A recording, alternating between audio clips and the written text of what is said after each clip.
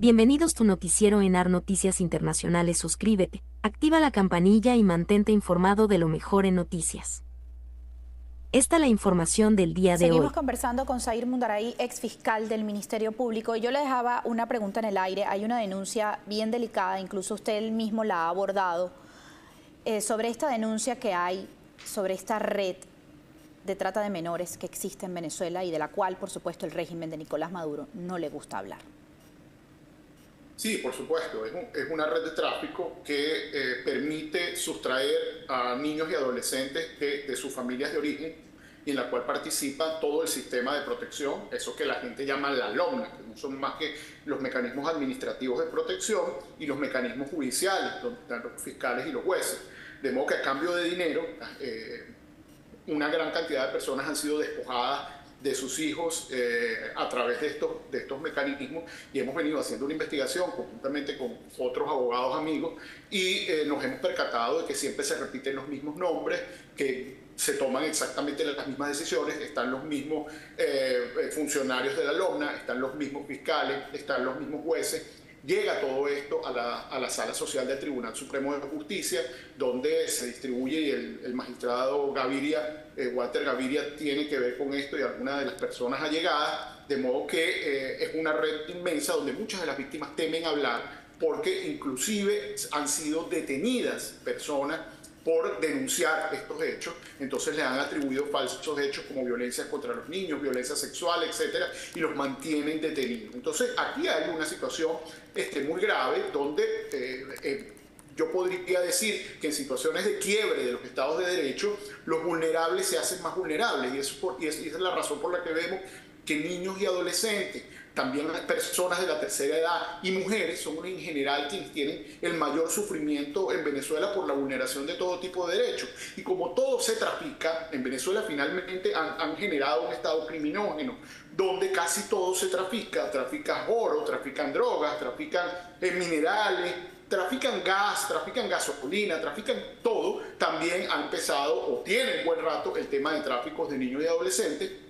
Y empezó a partir de que muchos enchufados o personas con altos contactos en el régimen le quitaban los hijos a las esposas cuando se separaban, o a los esposos, todo depende de quién tuviera mayor poder. Si alguno moría se los quitaban a los abuelos, a los tíos, y ha empezado toda una cadena de desarraigo que ha permitido que muchos de estos niños vayan a parar al exterior. Algunos los han dado en adopción, y también ha ocurrido la pérdida o el supuesto extravío de varios niños recién nacidos en maternidades o en centros de salud. Pero ¿cómo está ocurriendo esto? Es decir, ¿cómo llegan a la captura, por decirlo de alguna manera, de poder tener en sus manos a estos menores de edad? Es decir, irrumpen en propiedades privadas, llega una orden, o sea, ¿cómo es la justificación para poder tomar al menor de edad? Hay varias modalidades. Una de las modalidades es que colocan una denuncia contra los familiares y dicen que los maltratan, que no los alimentan, etcétera, y entran al sistema de protección de niños y adolescentes. El sistema de protección dicta una medida que permite la LOMNA, que es colocarlo en abrigo temporal en otra casa. Esa medida solo debe durar 30 días. La gente no sabe defenderse y a partir de esos 30 días pierden al niño, porque lo colocan en una familia y esa familia empieza un proceso de adopción que es absolutamente irregular. Las personas los familiares originarios empiezan a ser procesados penalmente por la supuesta falta y finalmente más nunca lo recuperan porque no tienen la capacidad de defenderse, sobre todo de gente de bajos recursos. Esa es una de las modalidades. Otra de las modalidades que se ha visto en las maternidades, en los centros de salud, es decirle, por ejemplo, que el niño se nació muerto y no devuelven el cadáver ni le muestran el cadáver. Entonces hay la duda de, bueno, ¿a dónde fue a parar el niño? ¿Dónde está realmente el niño? Y el otro son familiares que se van del país o que tienen algún proyecto de irse, entonces privan de la patria potestad a quienes legítimamente la tienen a través de sentencias compradas y los sacan del país y se pierde la pista del niño una vez sale del país, con tíos, primos, abuelos, incluso con personas que no son familiares y que tienen una medida provisional. Entonces todas estas modalidades nos han llevado a pensar de que tenemos las pruebas de que con casos concretos y víctimas concretas de que existe una gran red de tráfico de niños y adolescentes en Venezuela que a cambio de dinero permite que este tipo de cosas estén ocurriendo y que sean muchos de ellos sacando fuera del país. Esto es muy delicado lo que estás denunciando el día de hoy. Sí. manejan la cantidad de casos durante esta investigación que han venido haciendo. ¿Cuándo empezaron ustedes a darse cuenta? ¿Qué los lleva a investigar este tipo de situación? Incluso si en esta investigación han conocido en cuánto los están vendiendo. Suena crudo, pero es que de eso se trata. Mira, en este caso, junto a un colega que se llama Eliezer Elvitar, que venimos haciendo la investigación, tenemos 198 casos documentados. 198 casos donde a través de supuestas decisiones los niños han sido desarraigados del grupo familiar a partir de decisiones o del Consejo de Protección o decisiones judiciales, y las familias han perdido la pista de a dónde fueron a parar los niños, y por más que han peleado no han podido recuperarlo.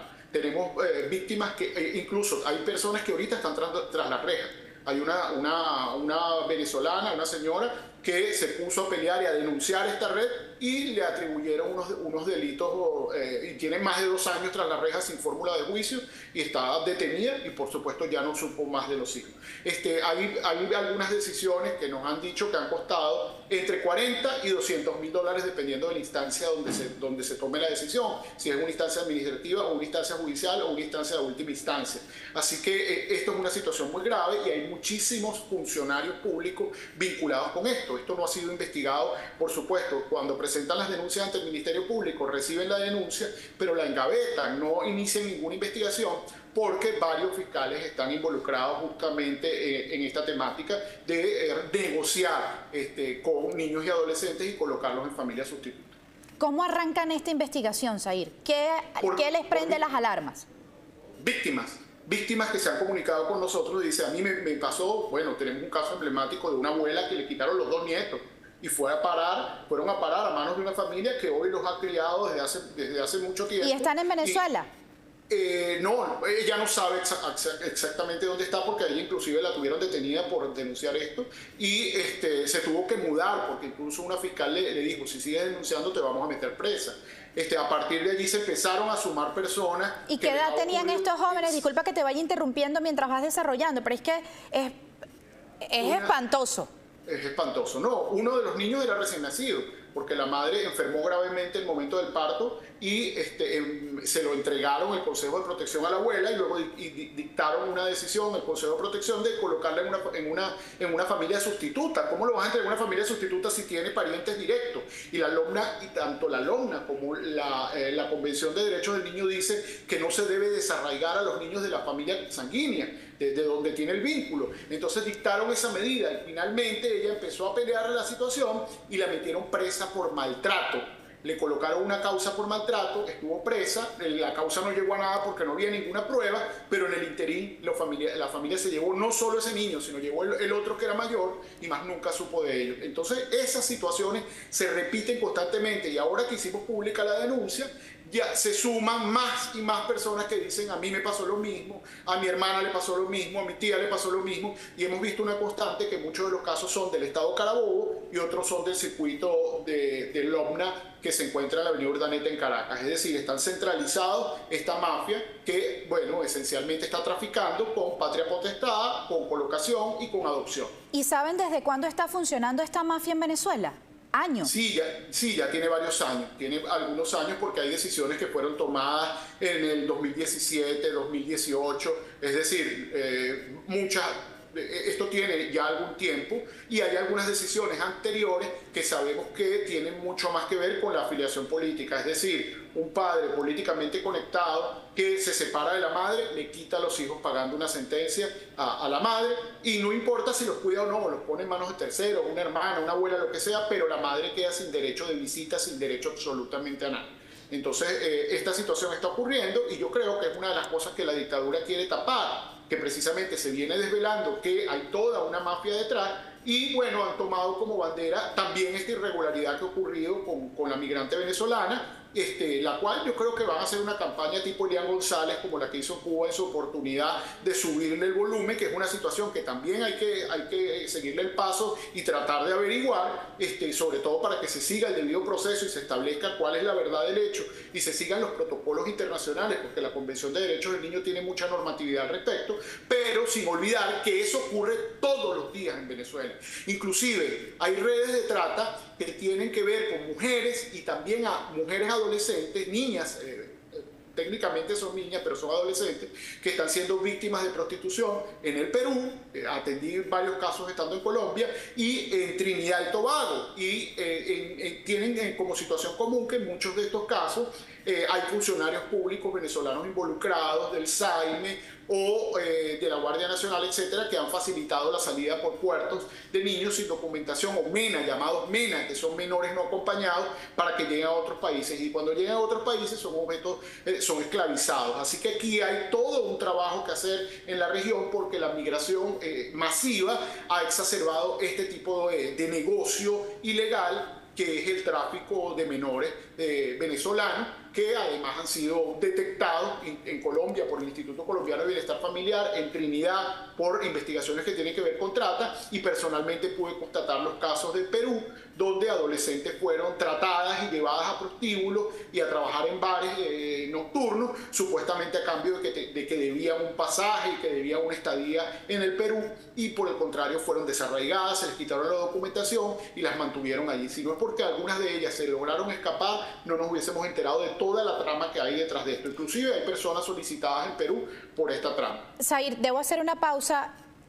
O sea, habíamos arrancado con que las personas involucradas estaban de alguna manera conectadas al Ministerio Público, los que encabezan el Instituto de Defensa de Protección a los Menores de Edad y Adolescentes, pero incluso hasta el SAIME.